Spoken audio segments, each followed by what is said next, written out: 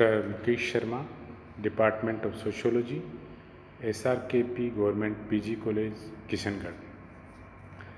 आज हम BA part 3 का समाजशास्त्र के प्रथम प्रश्न पत्र समाजशास्त्रीय चिंतन की आधारशिलाएं फाउंडेशंस ऑफ सोशियोलॉजिकल थॉट का फर्स्ट लेसन,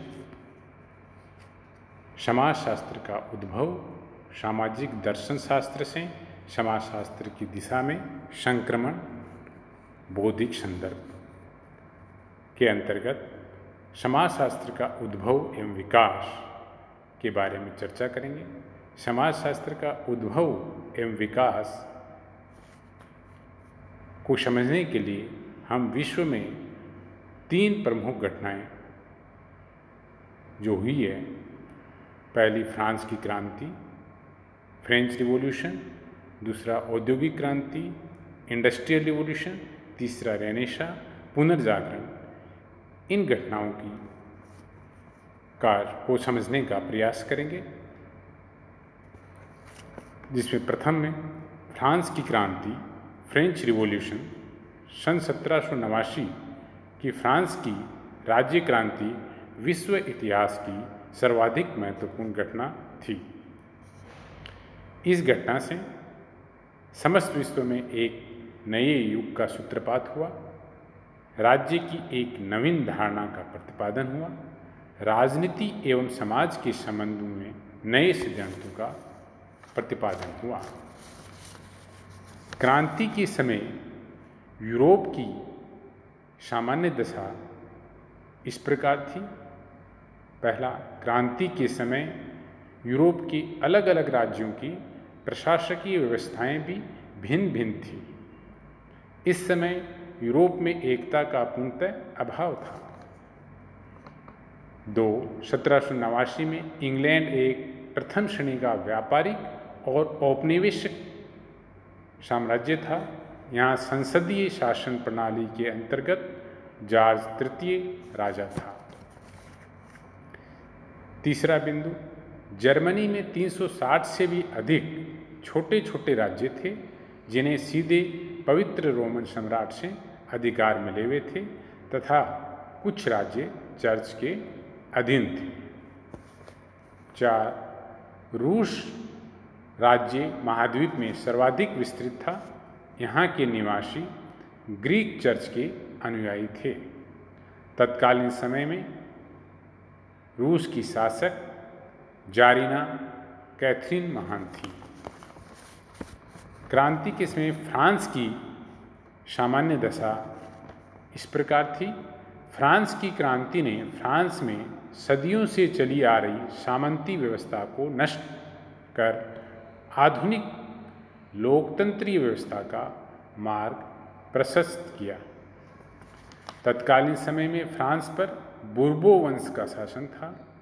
लुई 14वां के शासनकाल में उसके मंत्री रिशालियू ने सामंतों का दमन करके उन्हें शोभा की वस्तु बना दिया था एवं सत्ता का पूर्ण केंद्रीकरण कर दिया था।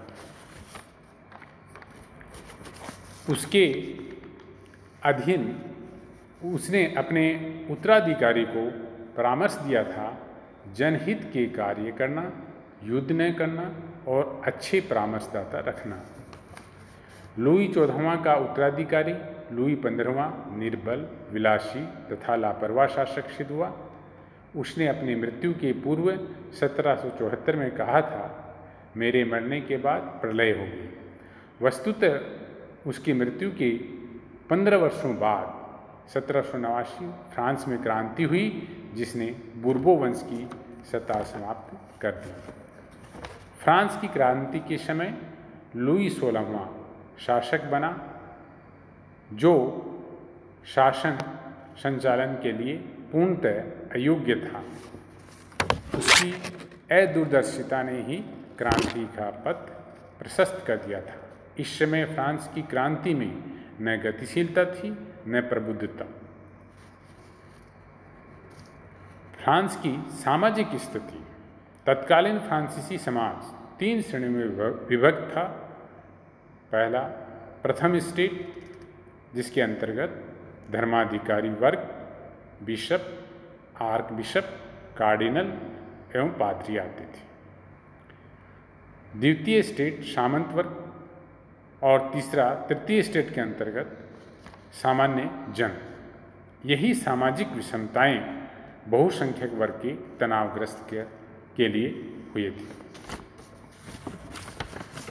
फ्रांस की उस समय की आर्थिक स्थिति, फ्रांसीसी समाज का ढांचा सामंती था, परंतु शक्ति पूंजीपतियों के हाथ में आती जा रही थी। लोगों को भूमि कर, धर्म कर, नमक कर के रूप में राज्य को देना पड़ता था। उस समय कहावत थी, सामंत लड़ता है, पादरी पूजा करता है और सामान्य जन कर देता है। वर्साय लुई 16वां का निवास में लोग शांत होकर व विलासितापूर्ण जीवन जीते थे।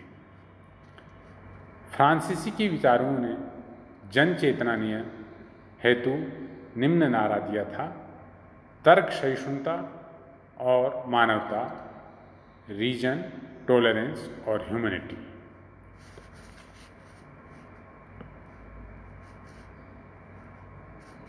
नेक्स्ट क्लास में हम लोग फ्रांसीसी क्रांति के मुख्य कारणों का चर्चा करेंगे। धन्यवाद।